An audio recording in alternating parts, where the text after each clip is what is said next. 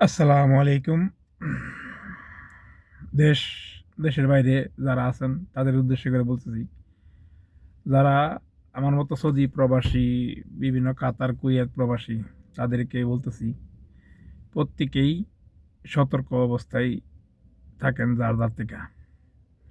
আর মূলত ঘটনা হলো, আজকা আমি আমার এক ভাইয়ের সাথে গাড়িতে যাওয়ার অবস্থায় কিছু কিছু জায়গায় দেখলাম যেই বোমাগুলি পড়তে, এগুলি ধারণ করতে, এগুলি দেখতো গা শিরশির করে। তাই আমরা যত প্রবাসী আছি সবাই সবার জায়গা থেকে সেফ থাকি, আর আল্লাহ তাআলার কাছে সবার সুস্থতা কামনা করি, যেন প্রত্যেকটা প্রবাসীর আল্লাহ সুস্থ রাখে।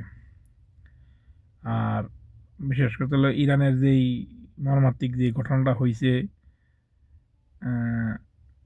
খামিনি, আয়তুল্লাহ আল খামিনি, মুসলিম বিশ্বের যেই নেতা, উনি মারা গেছে। ওনার জন্য যত মানুষ আছেন সবাই দোয়া করবেন, আল্লাহ যেন ওনারে শহীদি মর্যাদা এবং ব্যস্ত করে।